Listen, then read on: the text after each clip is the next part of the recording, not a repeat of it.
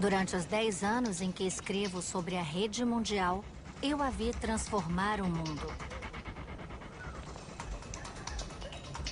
Um quarto da população do planeta já se encontra conectado, proporcionando o acesso de indivíduos ao conhecimento e a outros indivíduos sem precedentes na história da humanidade.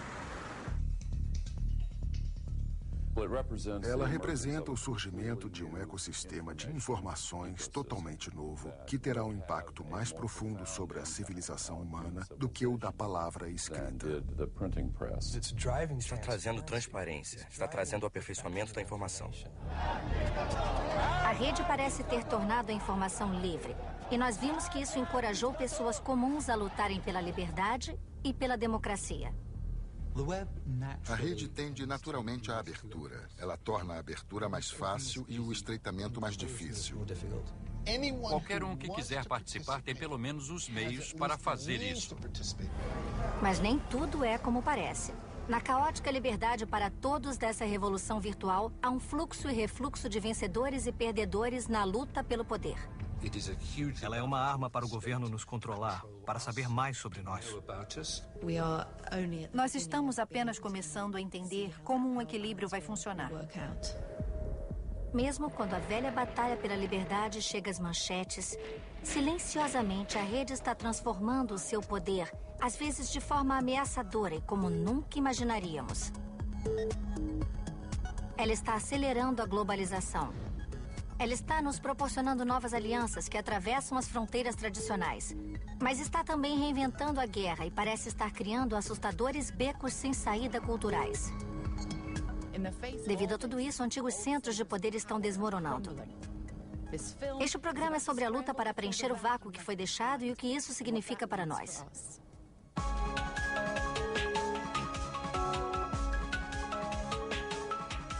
Revolução Virtual, versão brasileira Alcateia e Gramofone. Inimigo do Estado? A breve história da rede está cheia de novas aplicações que trouxeram consequências indesejáveis. O que pareciam inicialmente manias inconsequentes tomaram vida própria quando os usuários as usaram com uma nova intenção.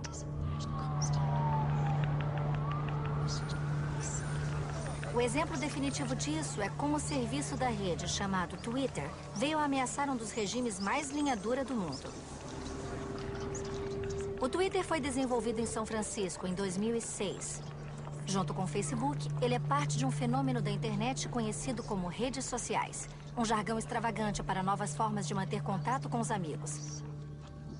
O Twitter permite que você envie uma mensagem conhecida como tweet, de um telefone ou de um computador.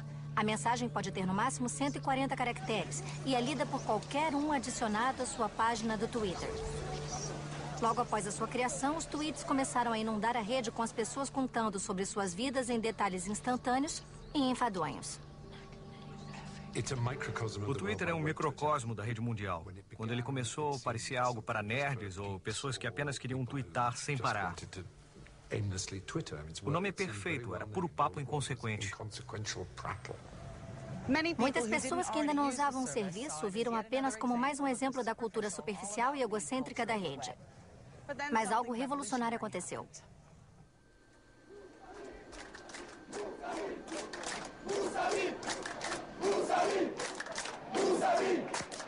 Irã, junho de 2009.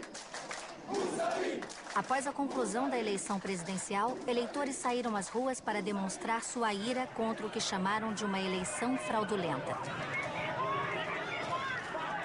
O Estado iraniano contra-atacou com o uso de força policial e censurou todas as mídias que cobriam o que acontecia no país. Então os manifestantes recorreram ao Twitter para contar ao mundo o que estava acontecendo. E em números extraordinários. Somente nos primeiros 18 dias, aproximadamente 2 milhões de tweets foram enviados do Irã por aproximadamente 500 mil de pessoas. No seu auge, 200 mil tweets sobre o Irã foram postados a cada hora. Uma iraniana que mora na Inglaterra começou a receber muitos desses tweets. Ela tem família no Irã, então não podemos mostrar o seu rosto ou dizer seu nome verdadeiro. Ela é conhecida por seu nome usado no Twitter, Oxford Girl. Eu me levantei para fazer café e quando voltei havia tipo 3.000 tweets que eu havia perdido. Ao repassar essas informações para um público maior, ela se tornou uma ligação crucial entre os manifestantes e o mundo externo.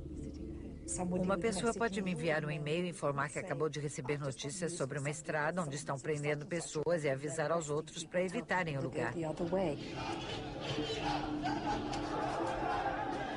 O Twitter é um efeito do poder lançado pela rede.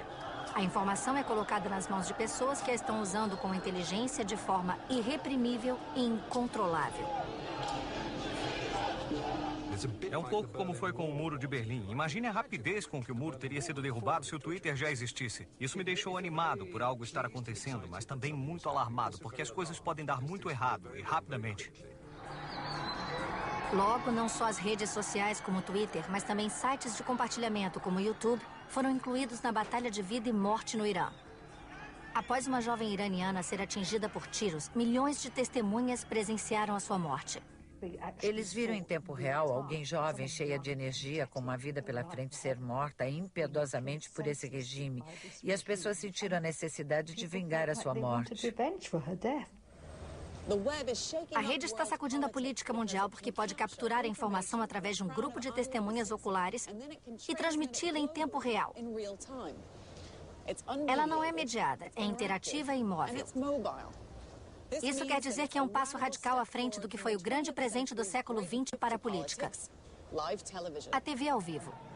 Ao contrário da TV ao vivo, o web vídeo provoca reações instantâneas do outro lado do globo. E isso significa que é uma resposta imediata aos eventos que estão acontecendo no momento. Apesar dos eventos no Irã terem sido trágicos, o mundo se impressionou com a capacidade dos indivíduos no Irã de se conectarem a uma plateia global e a seus parceiros de dentro do Irã para usar o poder da informação para inspirar resistência ao regime de lá e para construir uma consciência política e dar apoio à democracia. O que você viu acontecer na rede é um grande exemplo de como os humanos também evoluem junto com as suas ferramentas. Nós mudamos nossas ferramentas e aí elas também nos mudam e o ciclo continua. A nova infraestrutura das comunicações não causou a revolta. O que causou a revolta foi um descontentamento político. O que houve foi que quando as pessoas em um momento de necessidade precisaram fazer algo coordenadamente, elas acabaram usando essas ferramentas de uma forma que nunca usaram antes.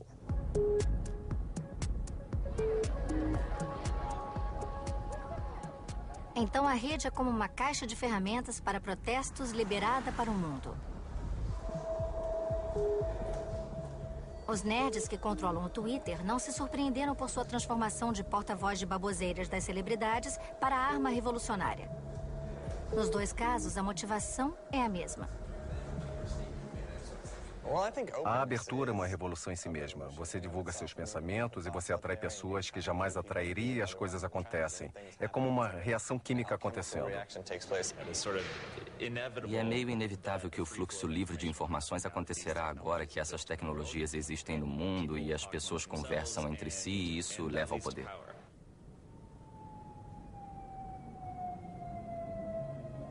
O que parece incrível é como as autoridades, mesmo os estados poderosos de uma nação, parecem capazes de lidar com a rede. Mas olhe um pouco mais de perto e o motivo se tornará claro. A informação conectada da rede é enviada através de um sistema físico antigo que opera além da jurisdição de qualquer país e que trabalha contra o controle centralizado.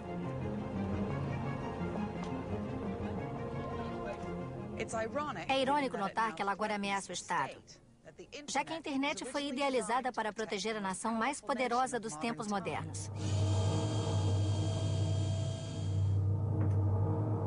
As origens da internet se encontram na Guerra Fria, quando a América e a União Soviética estavam se confrontando sob uma iminente ameaça de um holocausto nuclear.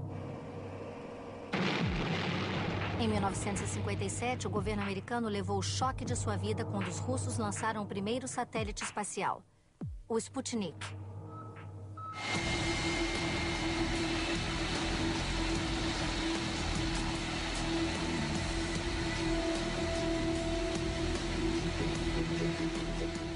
desesperados a nunca serem superados pelos soviéticos novamente, os americanos criaram a agência de pesquisa de eventos conhecida pelo apelido Arthur.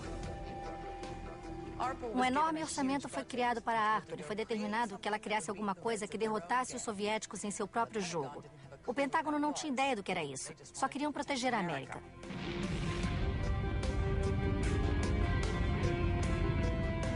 A agência Arthur não tratava simplesmente do desenvolvimento de novas armas militares.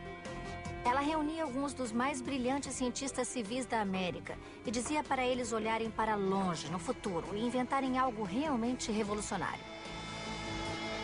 Uma das áreas onde a Arthur ficou emperrada foi a da comunicação. Usando as novas tecnologias de computadores, eles criaram a ArthurNet, uma rede de informações inovadora e precursora da internet. No começo dos anos 70, a ArthurNet foi uma das muitas redes de informações similares existentes pelo mundo. O problema agora era como uni-las. Em 1974, dois cientistas de computadores, Vint Cerf e Bob Kahn, criaram as regras pelas quais essas redes de notícias poderiam falar entre si. Isso marcou o começo da internet global como a conhecemos hoje.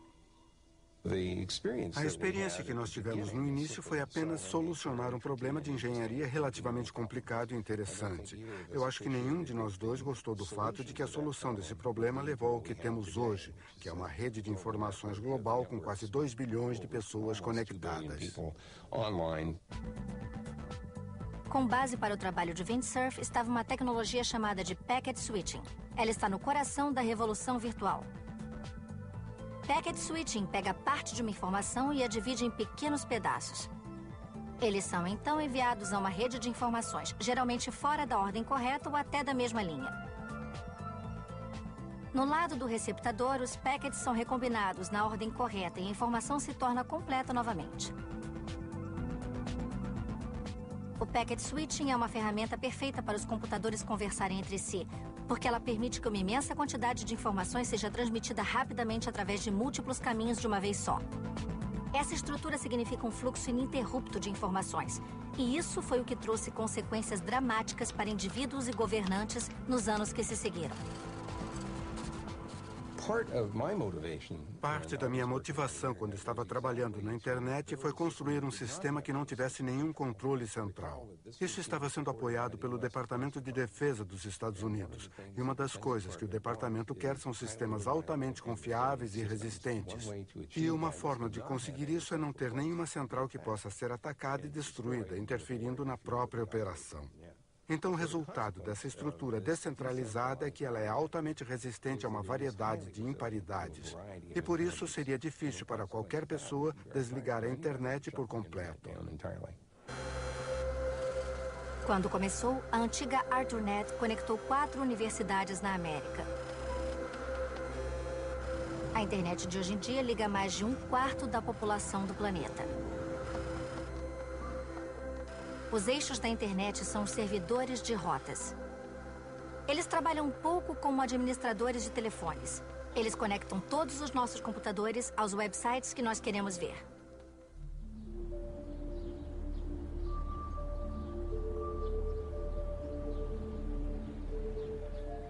Isso parece ser um quarteirão de escritórios anônimos, mas esse prédio, na verdade, contém 13 servidores de rotas que mantêm a internet funcionando através de todo o mundo. Nós temos várias portas de acesso, câmeras no teto e temos muitas paredes de construção sólida para que você não consiga entrar aqui facilmente. A parte de fora das paredes é de malha de metal e nós também temos sensores de movimento nos nossos tetos para que ninguém consiga andar pelo teto. O que você está me dizendo é que o que está nessa sala é extremamente valioso e importante. Certamente.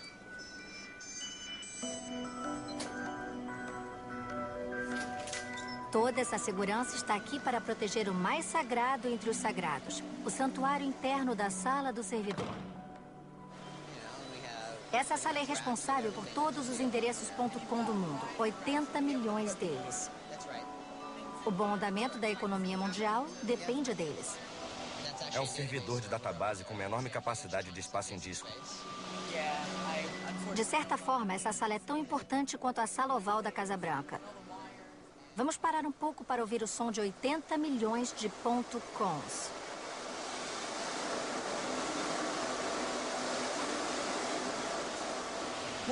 O que aconteceria se houvesse uma queda na força aqui em Mountain View, na Califórnia?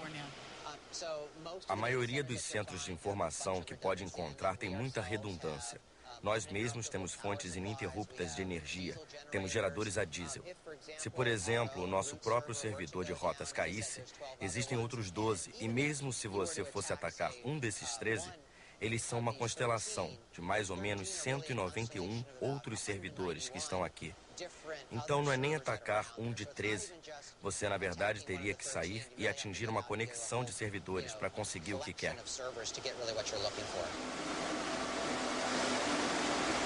Então não é tão fácil tirar a internet do ar. Países como o Irã não poderiam desligá-la mesmo se quisessem, porque é um sistema compartilhado globalmente. Um corpo internacional chamado ICANN, que não está afiliado a nenhum país, monitora os servidores de rotas, mas o seu papel é limitado. A ICANN, sendo uma entidade internacional, tem o poder para regular? Eles têm o poder para ligar ou desligar a internet? Não sei se alguém tem o poder para ligar ou desligar a internet.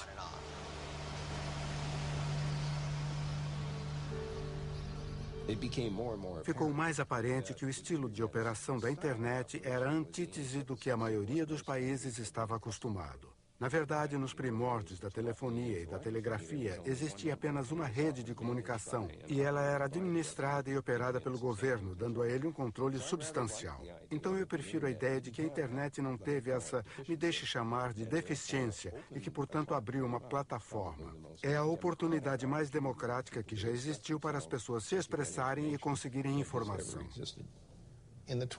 No século XX, se você tinha algo a dizer em público, você não podia. Ponto final.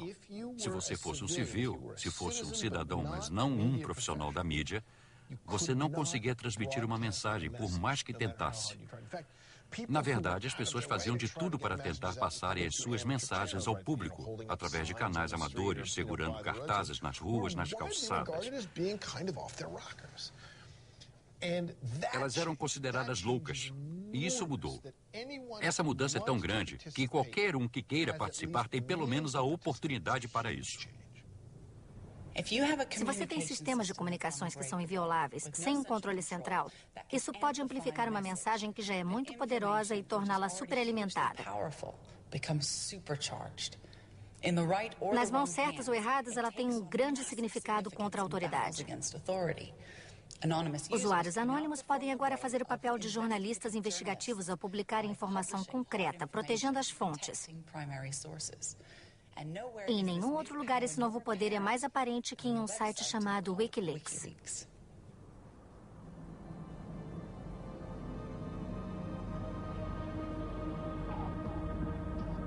O Wikileaks permite que as pessoas denunciem governos e corporações anonimamente. As pessoas que o administram fizeram inimigos bem poderosos. Não é à toa que querem se manter discretos.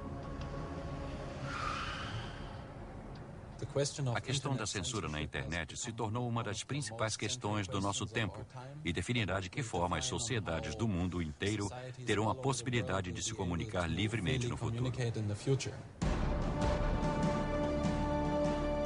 O Wikileaks postou uma lista do Partido Nacional Britânico, incluindo os nomes de vários professores, médicos e policiais.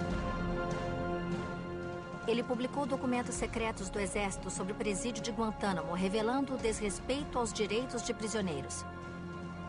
Os conteúdos do e-mail no Yahoo da política americana Sarah Palin foram divulgados online, mostrando como ela usava suas contas particulares para burlar leis.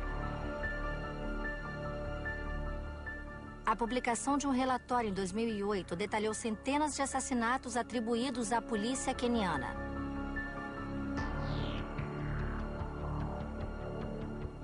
O Wikileaks tem um arquivo de 1.200.000 documentos. Ele mantém seus servidores em lugares secretos, não tem os logs e utiliza criptografia de nível militar para proteger as suas fontes e outras informações confidenciais. Em alguns países, não existem como as pessoas entrarem em contato com jornalistas, nem de descobrirem em quem elas podem confiar. Então, é muito importante oferecer uma entidade como a nossa, que tem uma reputação e que está oferecendo anonimamente uma forma para divulgar esse tipo de informação.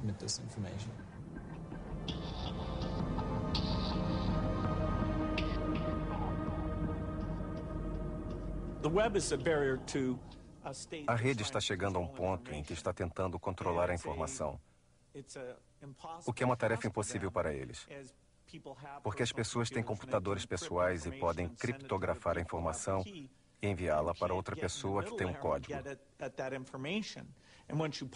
E uma vez que você publica alguma coisa na rede, a ideia de parar de divulgá-la é quase impossível. E mesmo que exista a possibilidade de fazer isso, você sabe que os estados terão que admitir que essas informações estão por aí. Publicar documentos delicados e muitas vezes nocivos na rede coloca o Wikileaks constantemente sob ataque. Em fevereiro de 2008, um banco suíço, Julius Baer, pediu o fechamento do site depois que o Wikileaks publicou documentos sobre evasão de verbas. Esse foi o primeiro caso em que uma organização tentou legalmente ir contra nós. Então, nós publicamos documentos referentes a milhões de dólares de imposto sonegado. Um juiz na Califórnia, onde o caso foi julgado, decidiu que o site deveria ser tirado do ar. Mas se o banco viu isso como uma vitória, se enganou amargamente. O único efeito foi que metade do mundo se interessou pelo assunto dos documentos do banco. Então, o New York Times publicou o nosso endereço de IP e o jornal da CBS disse que a liberdade de expressão tinha um número e também publicou o nosso endereço de IP.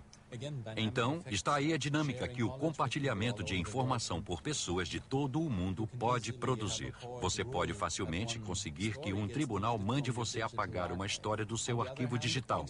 Mas, por outro lado, a internet não é um ambiente tão controlado e consiste de indivíduos. E todos esses indivíduos podem assegurar que essa informação permaneça onde ela estava ou se mova para muitos outros lugares, onde estará disponível.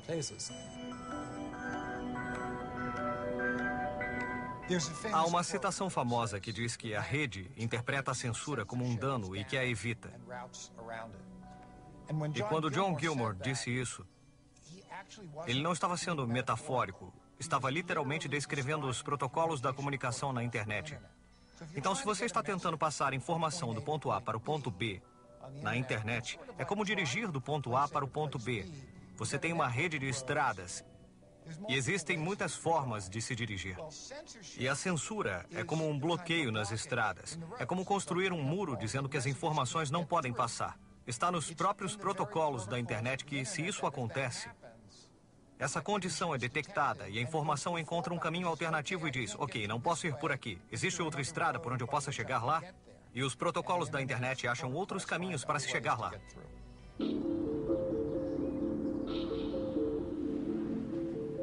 Não é apenas o hardware que permite a resistência à censura. Quando o governo ou uma organização tenta bloquear um website, há sempre um nerd altamente motivado com capacidade necessária em informática para fazer o papel de Davi contra o Golias do Estado. Eu acho que a razão pela qual você vê tantas pessoas enfrentando os governos é porque, com computadores, nós todos estamos em um mesmo nível do jogo. Quando eu era jovem, eu acho que uma das primeiras coisas em que pensei foi: eu posso sentar aqui atrás do meu modem discado e programar e fazer qualquer coisa que alguém com um computador maior pode fazer. A forma como a rede permite que indivíduos evitem a censura e os bloqueios é mostrada claramente, mais uma vez, pela crise iraniana. Assim que o governo iraniano percebeu o que estava acontecendo, bloqueou sites como o Twitter e o Facebook. Do outro lado do mundo, um morador de São Francisco, de 25 anos, foi chamado para intervir. Austin Heap usou seu talento como programador para desenvolver o Haystack, um programa de criptografia que se esconde no meio da informação diária da rede. Ele diz que é uma forma segura de iranianos comuns carregarem sites bloqueados por seus governos. O que acontece aqui é que eu estou fazendo a minha conexão através de uma máquina do Irã para que eu também esteja sujeito à mesma tecnologia de filtragem que os usuários de lá são submetidos. Então, com a filtragem normal do Irã, eu tentarei conseguir carregar o Facebook.com. O que acontece é que rapidamente você tem um acesso negado ao site. Não está nem fazendo a conexão com o Facebook, está sendo eliminado pelos filtros. Então, eu vou ligar o Haystack e seguirei em frente e clicar em reconectar nesse canto da tela e você verá rapidamente o que o Haystack está fazendo. É um montão de números. Viu? Agora nós carregamos o Facebook a partir do Irã e tudo que você fizer com o Haystack estará protegido. Está criptografado e não pode ser filtrado e não há forma deles descobrirem qual foi o seu log para tentarem rastrear e descobrir quem você é na vida real.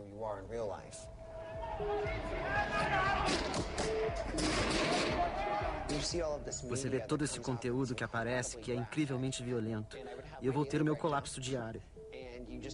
Você tem meio que passar por isso e tentar superar, porque no próximo dia poderá ser pior. Não é ruim pra mim, eu não estou lá. Eu posso chorar por uns 10 minutos, mas essa é a vida deles.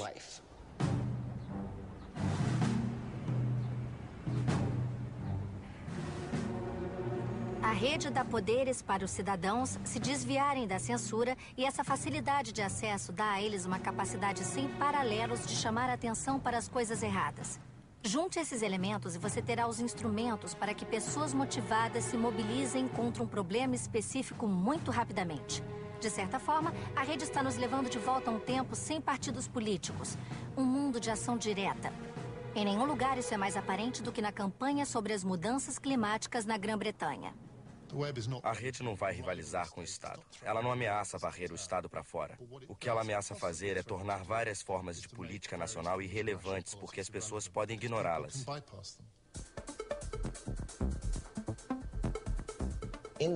No passado, ser membro de um partido político ou votar nas eleições eram as únicas formas de você expressar suas ideias políticas.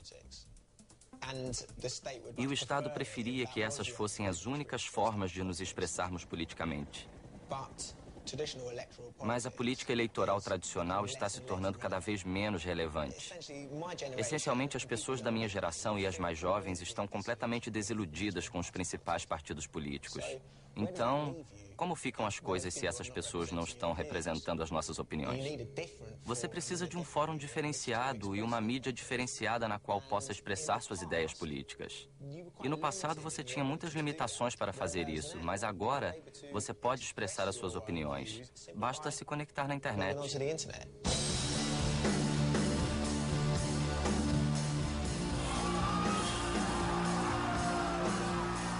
Em um evento organizado pela Climate Camp for Action para fechar uma usina hidrelétrica em Nottinghamshire, ativistas se reuniram vindos de todo o país. Todos aqui são a mídia, filmando os eventos enquanto eles acontecem. Filmagens e fotos são postadas no site deles através de atualizações constantes. Mas a rede proporciona mais do que apenas ferramentas para o protesto. A sua conexão inspira a solidariedade em grupo. Eu acho que a natureza da comunidade mudou. Antes da internet, você só podia participar das comunidades onde podia estar presente fisicamente. Você tinha que estar geograficamente perto de outras pessoas para fazer parte da estrutura de alguma organização existente.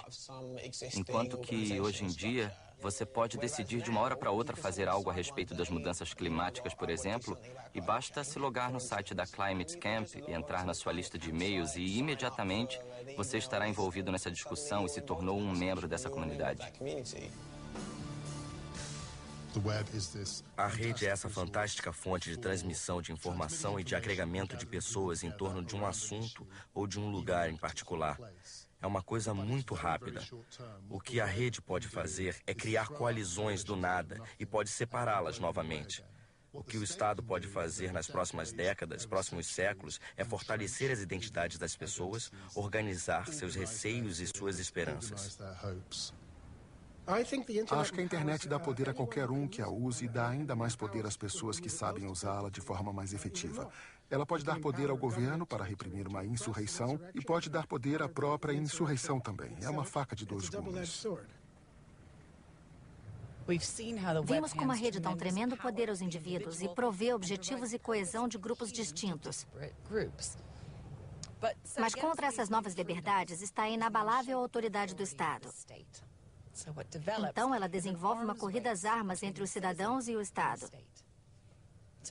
Na minha opinião, o melhor exemplo disso está acontecendo agora na China.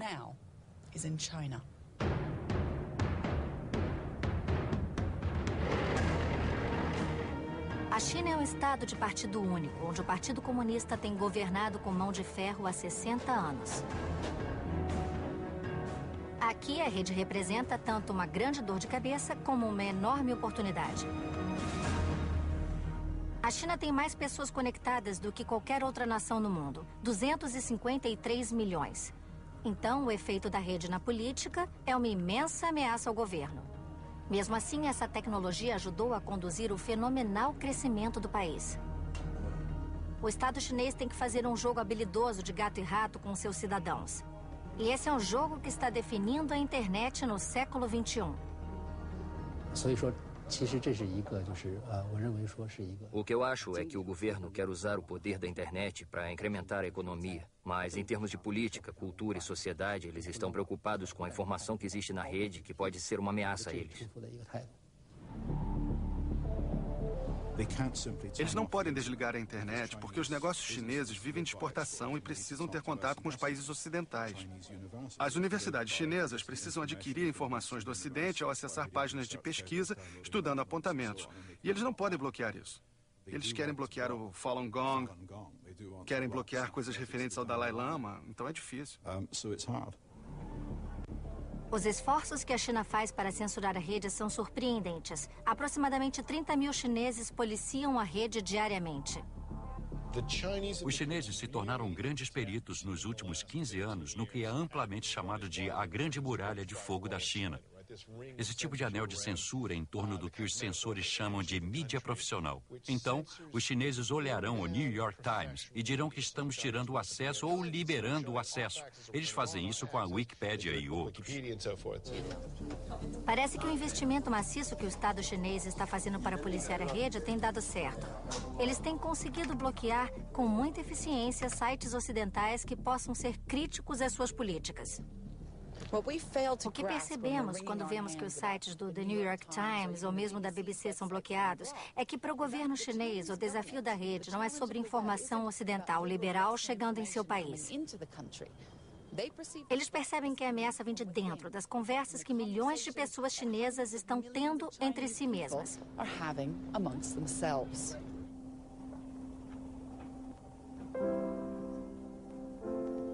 A mais poderosa e comovente ilustração disso veio em maio de 2008, quando um poderoso terremoto em Sichuan atingiu 700 mil pessoas.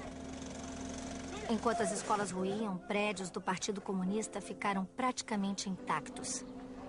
O ultraje silencioso dos chineses comuns na rede trouxe um novo desafio às autoridades.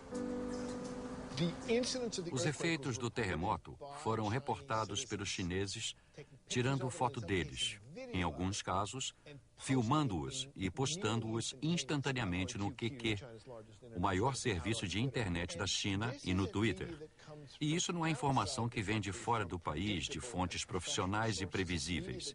É informação gerada de dentro do país, enviada por 500 milhão de fontes amadoras.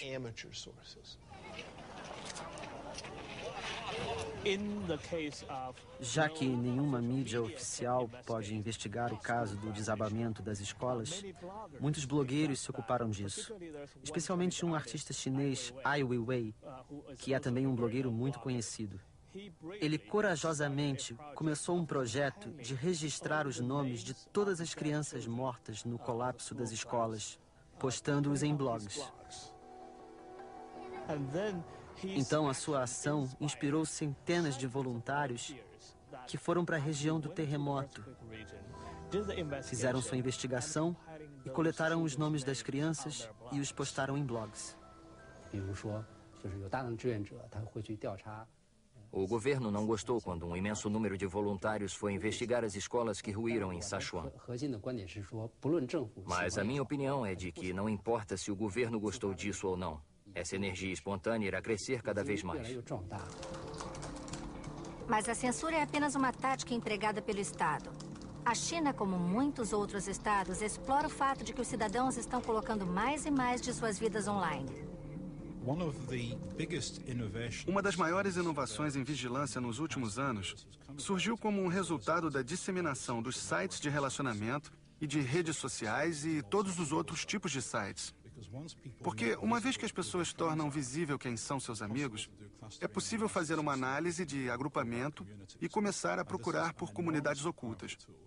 E essa é uma ferramenta muito poderosa nas mãos da polícia e dos serviços de inteligência contra quem adere a uma crença particularmente indesejada, seja o islamismo, ou na China o amor pela democracia, ou o que quer que seja.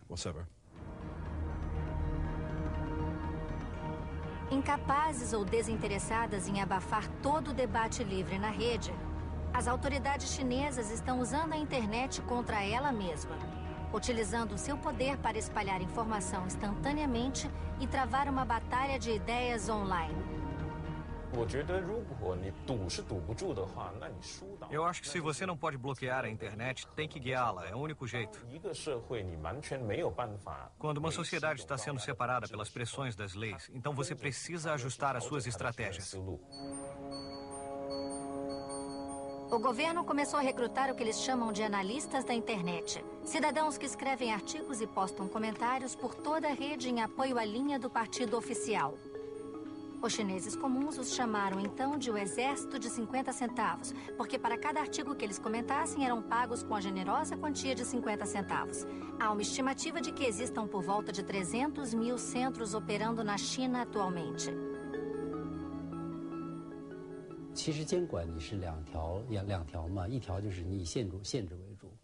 A censura são duas coisas. Uma é bloquear e a outra é orientar. O chamado exército de 50 centavos se foca mais no segundo método. Às vezes, eles precisam orientar as opiniões respeitosamente para um canal ou direção específica. Só que, novamente, a comunidade online ficou mais esperta para o atual jogo de gato e rato. Wen Yunchao costumava ser de um desses centros, mas ele é cético em relação à verdadeira eficiência do controle online. Eu realmente acho que o efeito do exército dos 50 centavos tenha sido exagerado.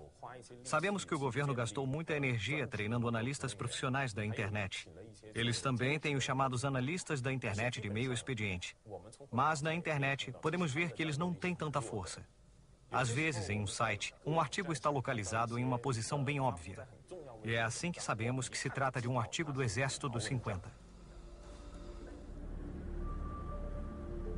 Então, apesar do uso sofisticado da rede pelo governo chinês, no final das contas, a rede mostra uma capacidade mágica para escapar de qualquer esforço feito para reprimi-la.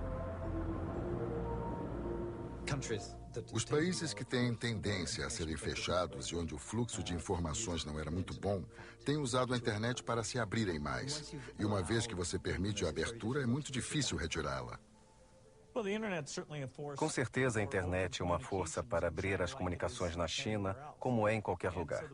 E quanto mais ela der certo lá, mais eles seguirão para uma sociedade do tipo democrática, mais como o modelo que nós estamos acostumados. E felizmente isso está acontecendo. Estão ficando mais ricos e estão usando tecnologias. Estão se conectando com pessoas por todo o mundo. Essa ideia de que você pode suprimir a informação está desaparecendo. Nós estamos começando a ver o crescimento de uma consciência política que havia sido reprimida em muitas nações pelas ditaduras. Para mim, é interessante que tanto o premier Wang Jiabuan como o presidente Medvedev da Rússia estejam agora respondendo a bloqueios na internet.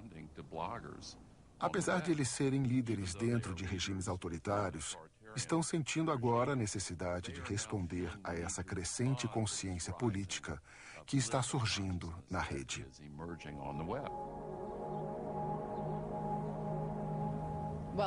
Enquanto a batalha entre as pessoas e as autoridades acontece, a noção do Estado deverá ser definitivamente desgastada por outras forças atuantes na rede. Forças que desafiam as ideias de identidade, nacionalidade e comunidade do nosso mundo real. O alcance global da NET ofereceu uma enorme inspiração e poder para as pessoas que, por qualquer motivo, aspiram a redesenhar o mapa do mundo. A mais importante tentativa inicial de utilizar um novo tipo de consciência global através da rede não veio através de nenhum site baseado em informação, mas através de um baseado em serviços financeiros. De volta ao final dos anos 90, um homem viu que a habilidade da rede em funcionar globalmente, desregulamentada e incontrolada por governos individuais, significava que as pessoas comuns tinham um novo canal para gratuitamente movimentar seu dinheiro pelo mundo todo. Peter Thiel não é tão conhecido como Bill Gates ou Tim Berners-Lee, mas deveria. Ele é o homem que fundou o PayPal, um sistema internacional revolucionário de transferência de dinheiro. Na verdade, uma nova forma de moeda global. Pelo PayPal, o dinheiro pode ser movido através dos países no abstrato cyberespaço. Em 2008, ele estava lidando com 60 bilhões de dólares em transações por ano. Eu cheguei à conclusão de que a decisão do indivíduo ou do Estado não deveria ser feita nos gabinetes dos políticos ou em debates públicos ou coisas do gênero, mas no desenvolvimento de novas tecnologias e que basicamente o futuro do século XXI iria envolver algum tipo de globalização que funcionasse. E você sabe que isso quer dizer que nós temos que descobrir de alguma forma caminhos para derrubar certas barreiras que existem entre as pessoas.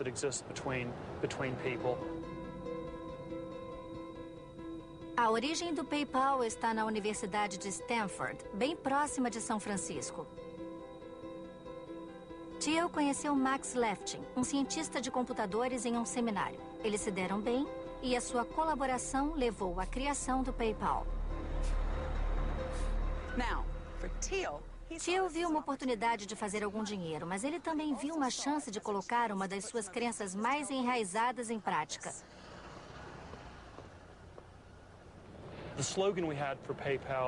O slogan que a gente tinha para o PayPal era que ele era a nova moeda mundial e que ele iria, de alguma forma, mudar a maneira como o mundo pensava em dinheiro e que daria, de alguma forma, às pessoas a soberania sobre o seu dinheiro de um jeito que elas não conheciam anteriormente.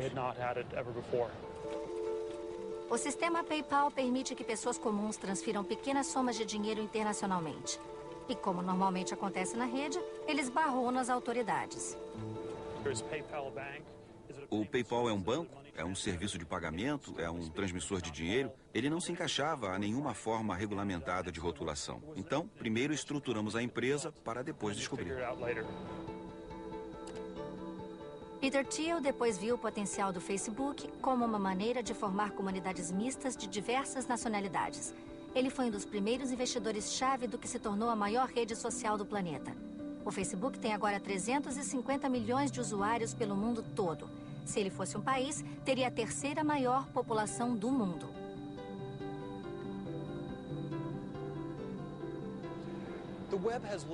A rede criou vários tipos de novos grupos sociais. E eu acho que, em parte, isso é simplesmente porque os já existentes estavam bastante limitados por motivos geográficos e históricos.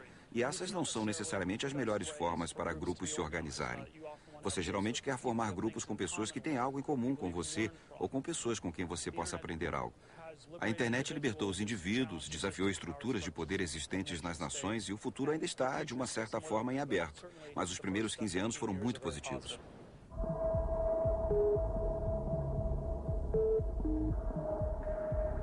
Peter Thiel é um verdadeiro visionário da rede. Ele viu como a rede iria encolher o mundo, como iria estabelecer novas formas de fazer as coisas, evitando os métodos tradicionais e superando o antigo. Mas a rede oferece um outro lado pela visão de Thiel. Existem outros pioneiros da rede que veem nela uma forma de colocar uma comunidade contra o mundo. Não para criar uma nova ordem ou gerar submissão, mas para restringir a identidade.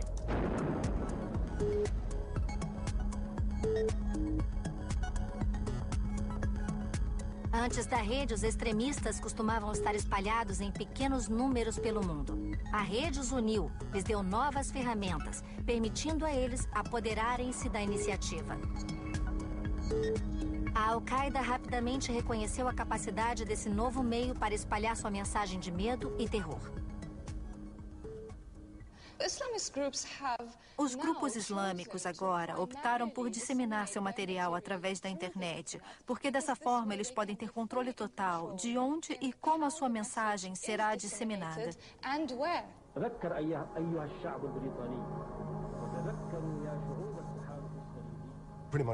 Praticamente todos os dias, a Al-Qaeda e o Talibã estão postando o que eu acho que você pode chamar de vídeos de propaganda, onde eles mostram ataques ou onde estão lamentando a morte de algum líder que pode ter sido morto em um ataque.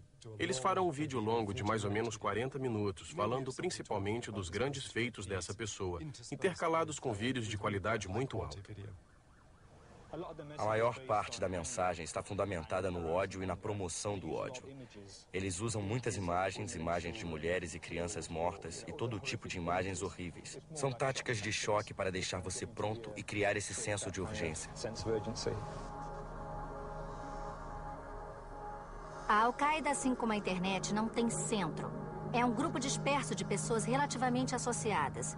Quando os jihadistas estão na rede, ela os deixa falar com pessoas com as mesmas ideias e a sua crença é instantaneamente reforçada. A rede funciona como um tipo de pátria virtual.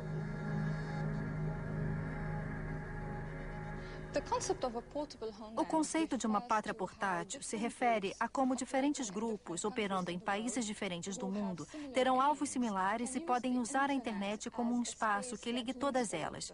Então, a internet substitui, de certa forma, as fronteiras de um país específico para cada um desses grupos e os junta como se estivessem todos no mesmo lugar.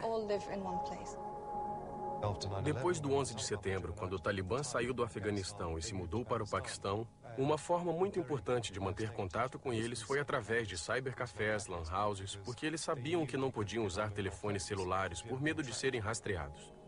Muitos dos planos terroristas que nós vimos nesse país foram rastreados até cybercafés no Paquistão, Índia, Bangladesh e em outros países. A rede vence as distâncias. Fanáticos do mundo todo podem falar uns com os outros com facilidade. A rede permite que eles criem e vivam em seus pequenos mundos próprios. Isso é algo que Ishtaq Hussein viu em primeira mão em Londres, quando era um membro do Hizb ut-Tahrir, o Partido da Liberação. Se você vive em uma área onde não há pessoas com a mesma forma de pensar, pode ir para a rede falar com elas. Então não precisa nem encontrá-las pessoalmente. Há indivíduos conectados que ainda nem se encontraram com membros desse grupo, mas leram seus escritos, foram aos seus sites e se radicalizaram. É como um terrorista do tipo faça você mesmo. Tivemos alguns casos aqui na Grã-Bretanha, então a rede tem grande participação nisso. Nós somos dedicados à causa do Islã. Amamos a morte como vocês amam a vida. Eu digo para os cidadãos britânicos, parem de apoiar o seu mentiroso governo britânico. Isso é o que os críticos da rede chamam de cyberbalcanização. A rede permite aos seus usuários filtrarem a sua visão do mundo através de leituras selecionadas e conexões. Discursos radicais reforçam o seu extremismo. A forma que a rede pode ajudar a rastrear esses grupos no seu mundo distorcido é algo que chateia os homens que criaram a rede no início, com a esperança de que ela iria conectar o mundo, não dividi-lo. Quando você entra em um site, esse site só se conecta a outros sites que acreditam nas mesmas coisas estranhas em que essa gente acredita. E aí você tem pessoas que só ficam se comunicando em seus computadores dessa forma. E que se encontrarem alguém na rua, sua única forma de comunicação será atirando em alguém. Essa sim é uma visão de um horrível caldeirão cultural. Um dos grandes paradoxos da rede é que, por um lado, nós a aplaudimos por dar a todos nós uma voz e um tremendo poder. Mas, por outro lado, esse poder pode ser usado para o bem ou para o mal. Enquanto colocamos mais e mais de nossas vidas na rede, nos tornamos mais e mais vulneráveis aos maus elementos, à rede de comunicação do ódio e aos usos sombrios da rede.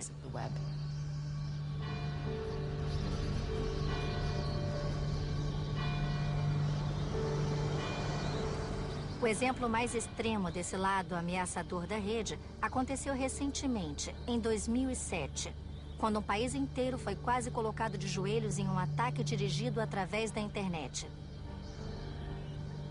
A Estônia, um pequeno país de 1,5 milhão de pessoas situado na fronteira com a Rússia, foi descrito como o país mais conectado da Europa. 97% de suas transações bancárias são feitas online. Então, isso se tornou um alvo tentador para um dito guerreiro cibernético. Nós estamos muito envolvidos na revolução digital, então precisamos proteger isso, porque se acontecer alguma coisa, estaremos especialmente vulneráveis, e nós não queremos perder esse modo de vida.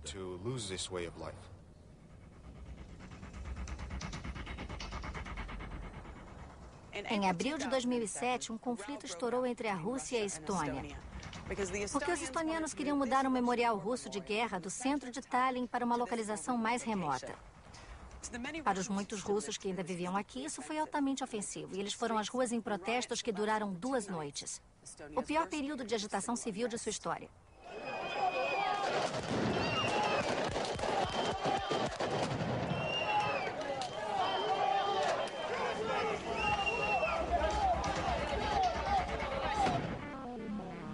Mas o mais perturbador foi o que se seguiu. Um ataque cibernético foi lançado para derrubar as maiores instituições da Estônia. A forma mais comum de ataque cibernético é chamada de negação de serviço. Um computador envia instruções para uma rede de computadores conhecida como botnet.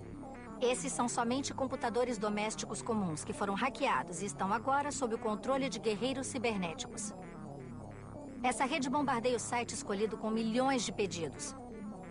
O site fica congestionado tentando responder. O que ocorre é que ninguém durante o ataque consegue acessar o site, que passa a negar seus serviços. Na Estônia, em maio de 2007, os ataques cibernéticos tiveram como alvo o coração econômico desse pequeno país. Isso nos afetou porque os sites do governo e os negócios foram fechados e os bancos foram atingidos. Nós tivemos sérios problemas com os sites externos. E nossos clientes não conseguiram entrar no site do banco na internet. Se você derruba os jornais, fica sem saber o que está acontecendo no país. Se você derruba os bancos, a atividade econômica fica paralisada. Se você fosse um homem de negócios estoniano em Paris e precisasse contactar seu banco através da internet para resgatar fundos, você não conseguiria e a Estônia estava fechada ao mundo externo. Eles fecharam as fronteiras e passaram a não aceitar nenhuma mensagem vinda através da internet. O que torna uma guerra cibernética tão ameaçadora para o Estado é que o Estado nem mesmo sabe de quem ou de onde vem o ataque. É muito difícil saber quem está te atacando no ciberespaço, porque as investigações cibernéticas geralmente terminam em um computador comprometido de um terceiro país, cujos logs foram deletados. Ele provavelmente não partiu do Uruguai. Ou provavelmente não partiu de Mali. Não podemos dizer hoje quem foi a mente criativa por trás de tudo aquilo. Não se sabe se houve só uma mente criativa por trás daquilo, e não há evidências claras de que houve envolvimento do Estado. De qualquer maneira, o que podemos mostrar é que a Federação Russa não cooperou em atenuar esses ataques. Então deve ter havido um apoio passivo a esses ataques.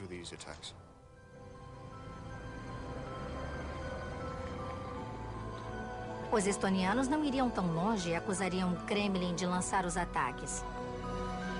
Se eu vivesse em um pequeno país no extremo da Rússia, acho que também teria cuidado para quem aponta o meu dedo. Mas a minha busca para compreender a nova ordem global na rede me levou a Moscou, e lá eu encontrei uma pista promissora.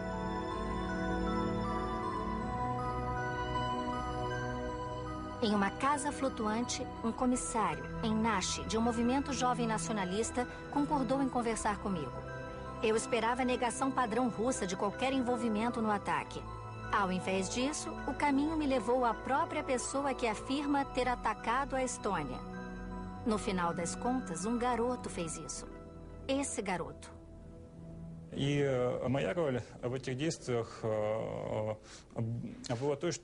O meu papel foi iniciar essa batalha na internet. Fui eu quem desenvolveu a tecnologia usada, além de ser o organizador das ações.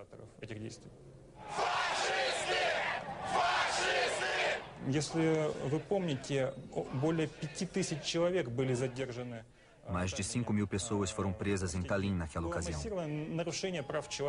Os seus direitos humanos foram desrespeitados em larga escala. Nossa intenção foi de fazer uma ação em massa.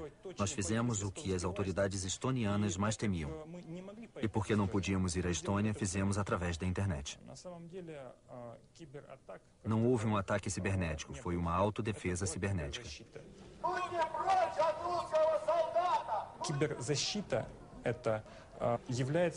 A autodefesa cibernética não é nada além de ação de massa na internet.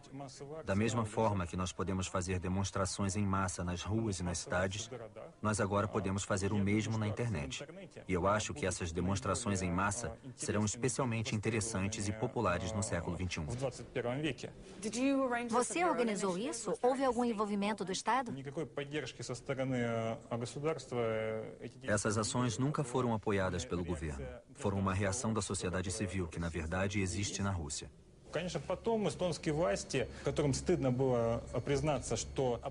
É claro que as autoridades estonianas ficaram envergonhadas com o fato de garotos de 18 e 20 anos terem invadido os seus principais sites. Então eles criaram histórias de que os ataques vieram do Kremlin.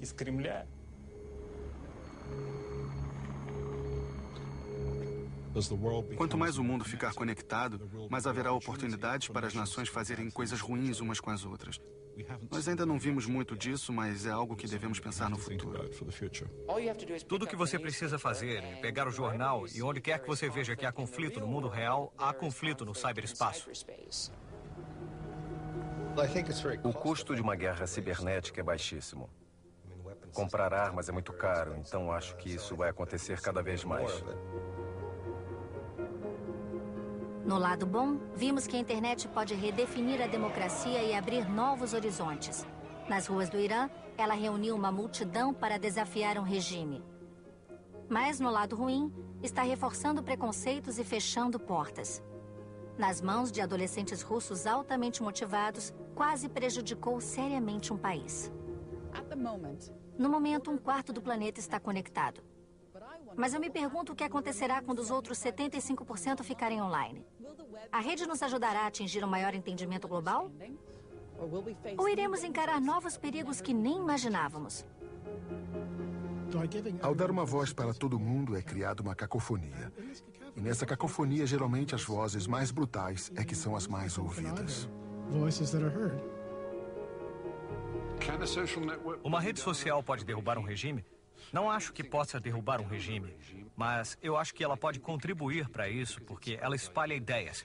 E quanto mais rápido as ideias se espalham, e quanto mais acesso as pessoas têm a essas ideias, mais rápido as coisas podem mudar. Eu acho que todos nós podemos ser levados pelo liberalismo tecnológico do mundo ocidental metropolitano, que está sofrendo mudanças. Mas essa tecnologia está disponível para apenas algumas pessoas em lugares muito específicos. E nós estamos somente no começo de podermos ver como o equilíbrio do poder irá funcionar. Após 20 anos, estamos apenas começando a ver o imenso impacto da internet na natureza do poder e até na guerra. A rede confronta o mundo tanto com uma incrível oportunidade quanto com uma incrível responsabilidade. A questão para o futuro é como nós iremos usá-la.